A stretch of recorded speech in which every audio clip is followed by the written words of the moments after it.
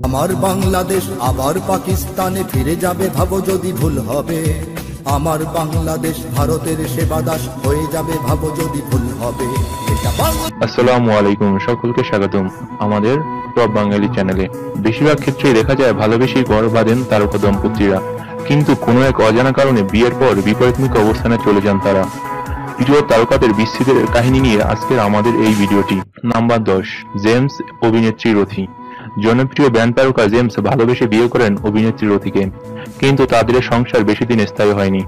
কেননা জেমস প্রবাসী এক তরুণীর প্রেমে পড়ে, ফলে রথির সঙ্গে দাম্পত্যের অবসান ঘটিয়ে দ্বিতীয়বার বিয়ে করেন।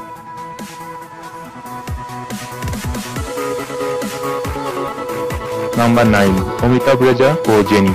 বিজ্ঞাপন নির্মাতা অমিতাভ রেজা বাবা মায়ের অমতে ভালোবেসে বিয়ে করেন অভিনেত্রী জেনিকে, তবে তাদের সংসার বেশি দিন টেকেনি। এরপর মডেল মিথিলা ছোট বোনকে বিয়ে করেন অমিতাভ রেজা। নাম্বার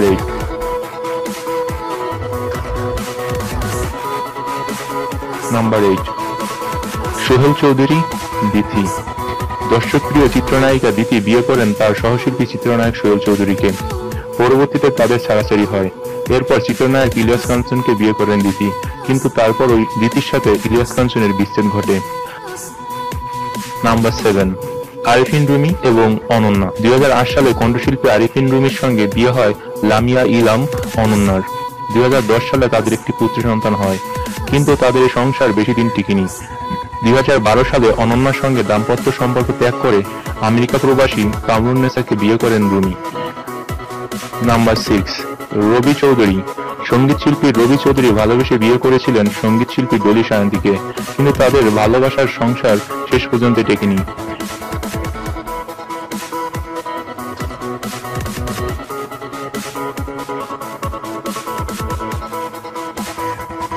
হিল্লোল তিন্নি। মিডিয়াপাড়ায় হিল্লোল তিন্নির বিয়ে বেশ আলোচিত ছিল। এটা ছিল ভালোবাসার বিয়ে। তিন্নি ধর্মান্তরিত হয় মা বাবাকে ছেড়ে হিল্লোলের কাছে চলে আসেন। তিন্নির প্রতি মাদক ও পুরুষের আসক্তি অভিযোগ তোলেন হিল্লোল, যা পরবর্তী বিবাহ বিচ্ছেদ ঘটে।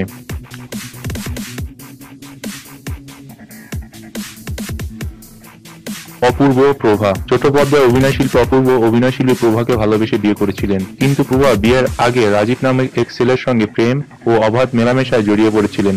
অপূর্ব ডিভোর্স দেন প্রভাকে।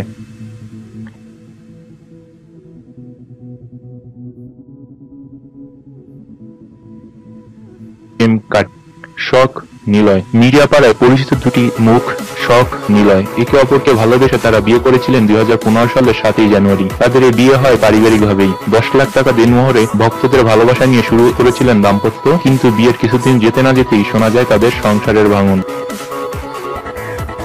হৃদয় খান সুজানা। কণ্ঠশিল্পী হৃদয় খান বয়স 21 না পেরোতেই দুটি বিয়ে সম্পন্ন করেন তিনি। প্রথমে প্যাডবাদক মানিকের শালিকাকে বিয়ে করেন তিনি।